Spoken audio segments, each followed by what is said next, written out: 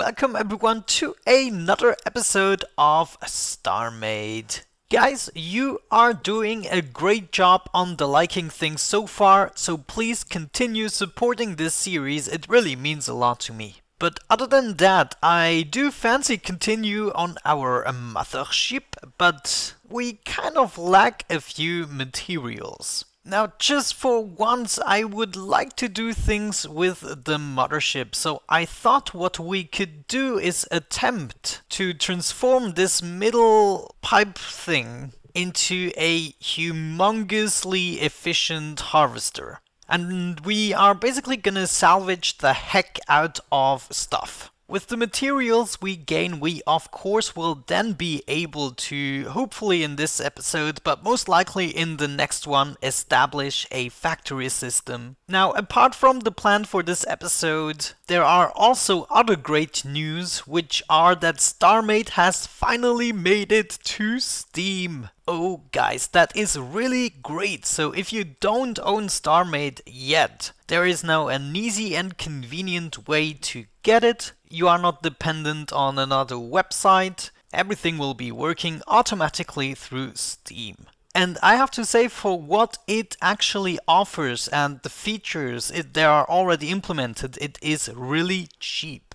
So there's no reason to not get it now. But anyways, let's start over there, changing this thing into some kind of a salvage cannon. Okay guys, I think I know how we are gonna do this. What I've done off camera so far is place down a Plex storage so that I can get rid of a bunch of unnecessary items. In between the episodes, I also went ahead to a shop, I sold a bunch of things, and I also purchased different things, such as a salvage computer with a salvage module. We also do have a Canon computer, and in the storage chest I even have the Canon modules in case we want to combine them for more efficiency. But we need to keep in mind that we're gonna need a considerable amount of energy, so we might need to add a bunch of energy cubes which are somewhere in the hall right here. Another thing I placed down here in the front is a cockpit so that we can have a better view in case we want to salvage with that thing. Now I want this to be a really strong salvage cannon. And if you actually do know that at some point it stops being more efficient or faster, then please let me know. But other than that, we're gonna try to make the salvage cannon as large as possible. I only have 7,000 modules so far, but I think for the beginning this will suffice. So let's go ahead and place down the salvage computer maybe right here. That should be good, and it's already marked. Okay, so we are gonna place them in tubes like this. We're gonna test out a length of 50 just to start with, and let's see, I want to start placing them right here. That should be good. Let's see.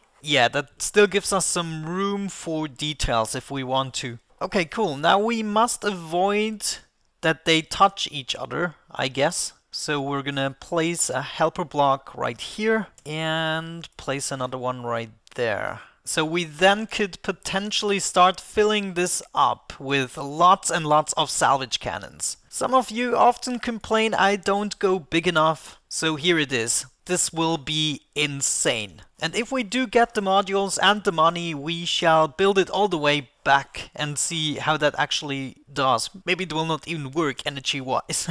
I'm not sure. But we're just gonna keep placing our modules. And then one thing we're definitely gonna do is test it out. We need to find, you know, a convenient configuration. Something that doesn't strip us of all energy, but at the same time something that can eat through planets in like no time. That would be really great. An asteroid should be gone in like poof a second.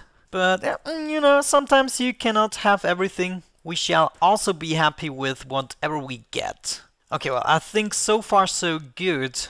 We are not using up our modules too quickly, but yeah, mathematically that does make sense. We are only placing down 100 per click. But anyways, in this game you make tons of experience with materials running out, so my fears are not without reason there. Okay, we are almost done with the top side. And oh no, I could have enabled the other symmetry plane as well. Ah, jeez. That's a pain in the butt. I should completely have done that.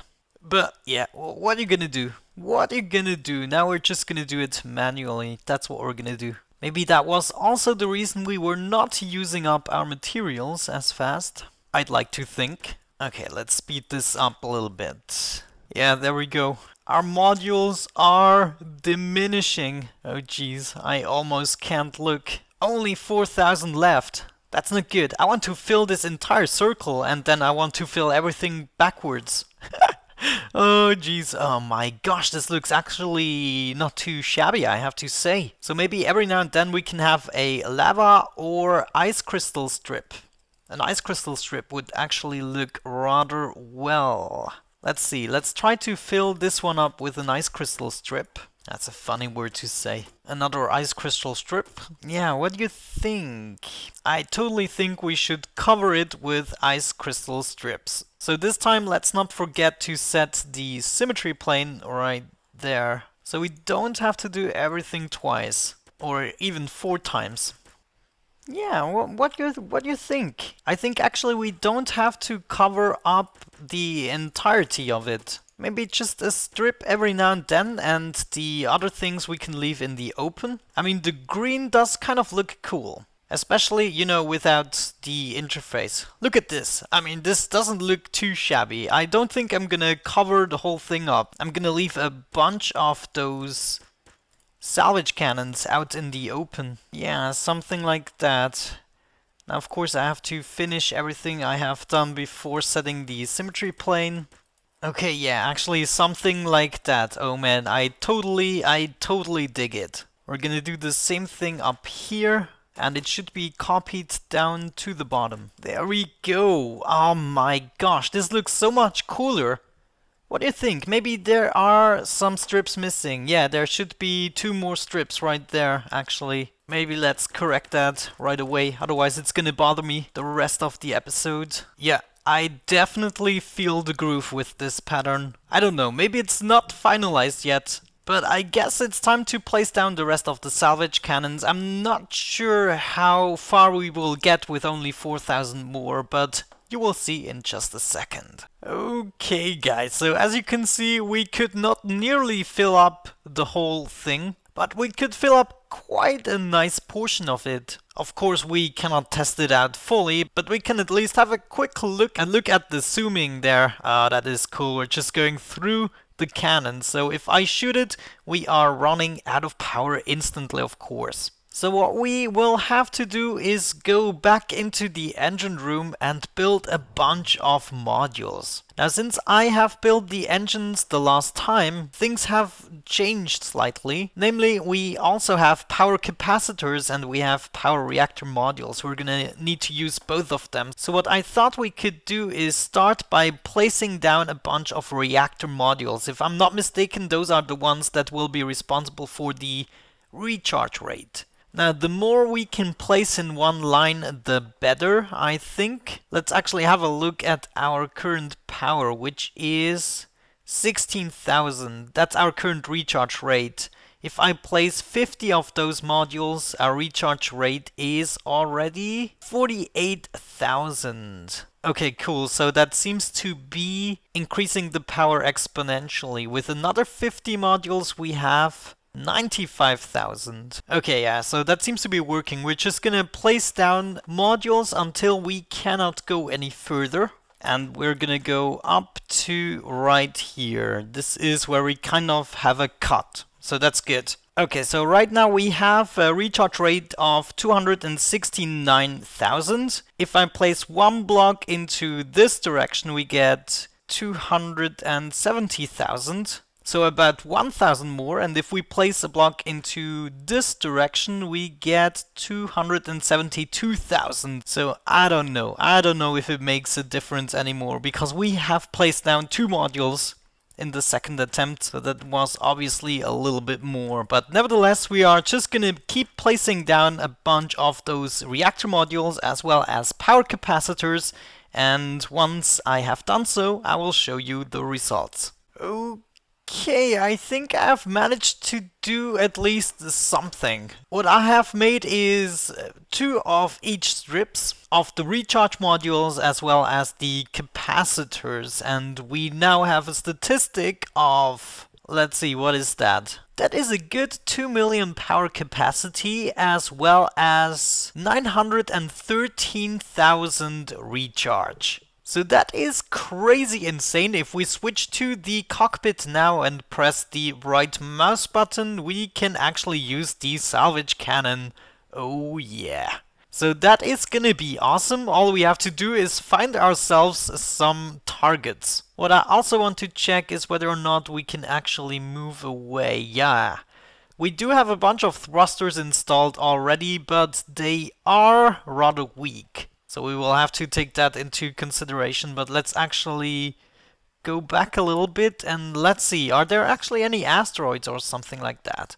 This asteroid right here, can we kind of reach it? Oh yes, we are turning very slowly, very slowly. But heck man, I just want to destroy something with our lasers. I want to see how powerful 50 modules in a row can be and what we can potentially do once we, I don't know, double the size or triple it. Don't blame it on me, guys, you wanted me to go crazy. So that rock is actually 7 kilometers away. That is crazy. But let's see if we can reach it with the mothership. We're also gonna have to bring the mothership back again eventually. So we are accelerating at a not so decent pace, which makes me think that we might want to expand on our thruster array. Oh yes, I forgot, I still do have 1,000 thruster modules on me. I actually removed them just before I started this episode. But let's forget about that and place them down again so that we shall be flying through space a little bit more efficiently. I'm just gonna do something like that, a thruster array. Doesn't really matter. Come on, we still have 800. Let's speed this up a little bit. We are gonna place down something like that. But we do have a fat mothership ass, so we need to make sure that we are... Oh, it actually doesn't look too shabby, I have to say, for the arbitrariness of my placing. But nevertheless, let's switch into flight mode again and try to accelerate now. And yes, that already works much better.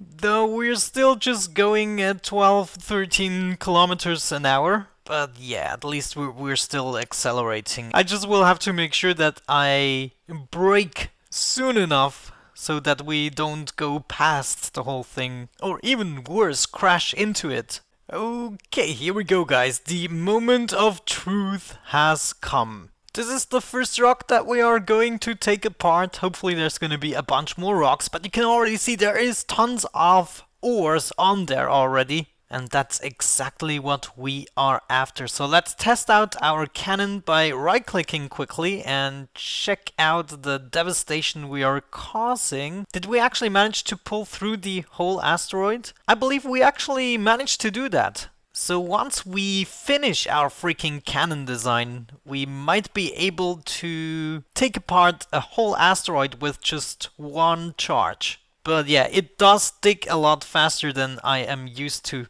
The most I stack these things up is actually about 22 blocks. What we have done now is stack them up to 50 blocks. That is crazy.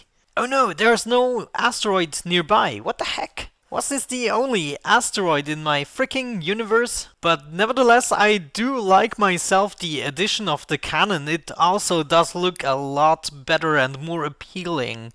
This makes me think that we could potentially, once we get the materials, also add weapon modules right here. That would be fantastic. But the next thing we definitely have to do is go for a factory design, because we need to make a lot of blocks ourselves. We do not have the money to just purchase everything blindly. And I had to play around with it a little bit in order to understand it fully, but I think I'm ready to launch the factory episode soon. I really appreciate all the feedback in the comment section as well as the like system. Have a great time, and hopefully I'm gonna catch you in the next episode. Bye bye.